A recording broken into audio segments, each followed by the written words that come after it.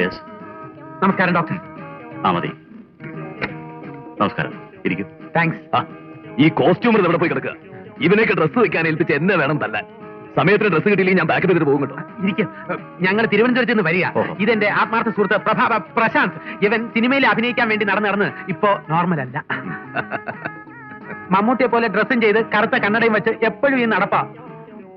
ഇന്നലെ അമരത്തിലെ മമ്മൂട്ടിയാണെന്നും പറഞ്ഞ് കരയിൽ കിടന്ന വഞ്ചികളെല്ലാം കടലിൽ ഇറക്കിയിട്ടു. ആ മുക്കോമാരെല്ലാം കൂടെ ചേർന്ന് പൊതുരെ തല്ലി. എന്റെ മക പരീക്ഷ ഫസ്റ്റ് ക്ലാസ്സിൽ പാസ്സായി.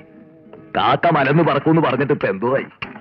എന്താണ്ടാ മുണ്ടാട്ട മുട്ടിപ്പോയ എന്റെ മകളെ ഞാൻ വക്കീലാക്കും, ഡോക്ടറാക്കും, കളക്ടറാക്കും. ഇതൊന്നും അല്ല, ചിലപ്പോ മോഹൻലാൽ ദേഹത്തേറും. ഡോക്ടർ, അവിടെ പ്രശ്നം, ഇവിടെ പ്രശ്നം, അങ്ങനെ മൊത്തത്തിൽ പ്രശ്നമാണ്. ഇതൊക്കെ സഹിക്കാം. ചിലപ്പോ ആദ്യ ഭാവത്തിൽ അഭിലാഷാവുമ്പോഴാണ് ഏറ്റവും കുഴപ്പം. നിന്ന നിൽപ്പിൽ ഉടുത്തിരിക്കുന്ന തുണി എല്ലാം പറിച്ചു കളയും. അതിനാ ഞാൻ ഈ ബെൽറ്റ് ഇട്ടിരിക്കുന്നത്.